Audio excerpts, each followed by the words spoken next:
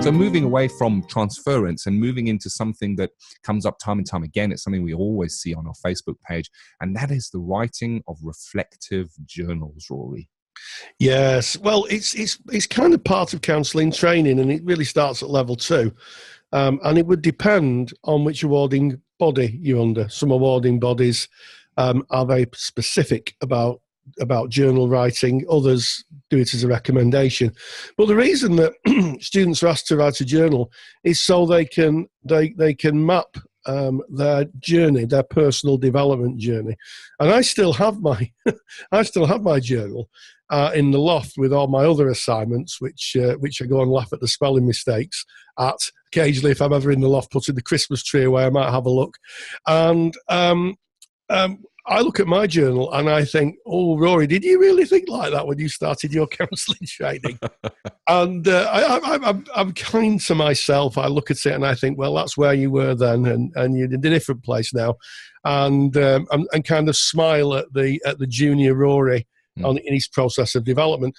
But the point that's being made by Shirley Smith, who's one of our contributors to our Facebook page, so thank you, Shirley. She was saying that she'd been asked to write a journal, and initially her tutors had told her that it was going to be theirs and it wasn't going to be marked. And then there was a change in policy at the training establishment, and he said it was going to be marked.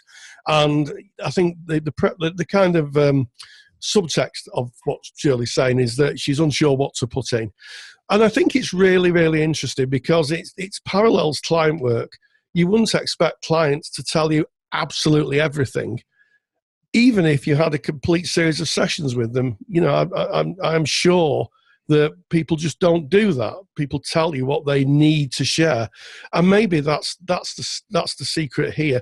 Put in what you feel safe with, and I think journaling, and certainly if they're going to be marked, and some awarding bodies, to be fair, want the journal to be marked, is to first of all look at the criteria. And I've just recently done a lecture on how to crack criteria. You have indeed. In the CSR.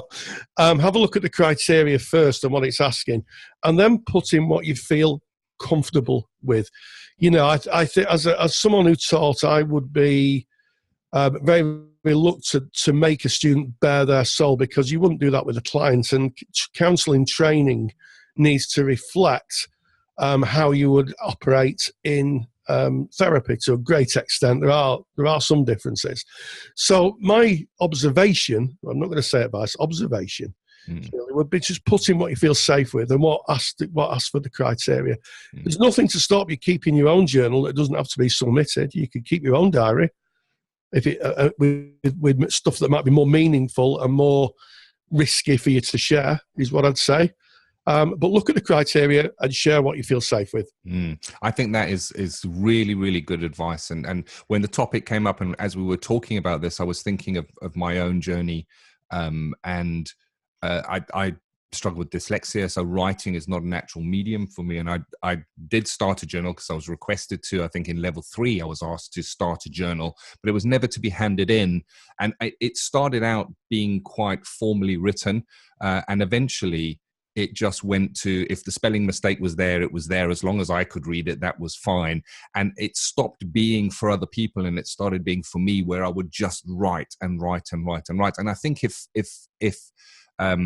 somebody had turned around and said, hey, you need to hand that in now, that I would have felt in a vulnerable position. So I like what you're saying, Rory, is maybe reference that you've written for yourself, look at what the criteria are, and create a submittable journal that's going to hit those criteria to show that, I guess, journey of self. Yeah, and also I'm not saying that you should make things up or fabricate. That would be wrong.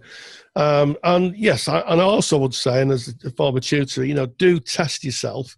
Do test yourself. But in counselling training, I think that you can feel unsafe sometimes. Mainly because that's the process of altering, that's the process of the developing self. What you've done in the past feels safe. Moving away from that sometimes feels unsafe. But just use your judgment, I would say. Yeah.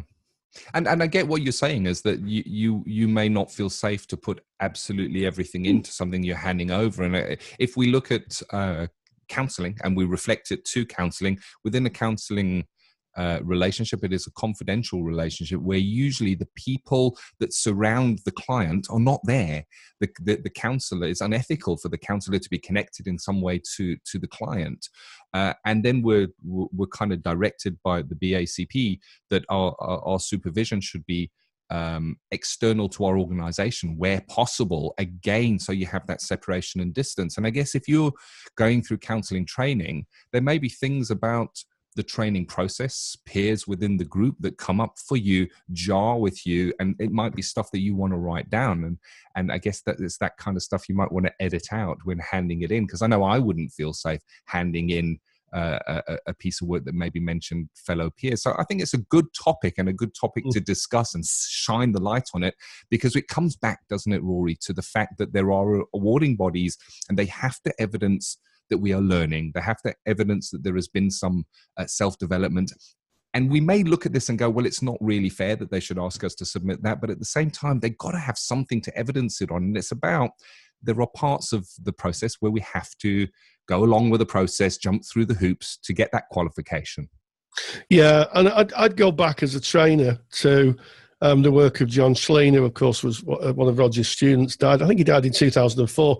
And I was very enamoured with the work of Schleen. And one of the things that he wrote about was the September poppy, where he'd go up. I think I've told this story before, but he'd go up into the field near where he lived and watch the poppies open. I think he was in September, watch the poppies open.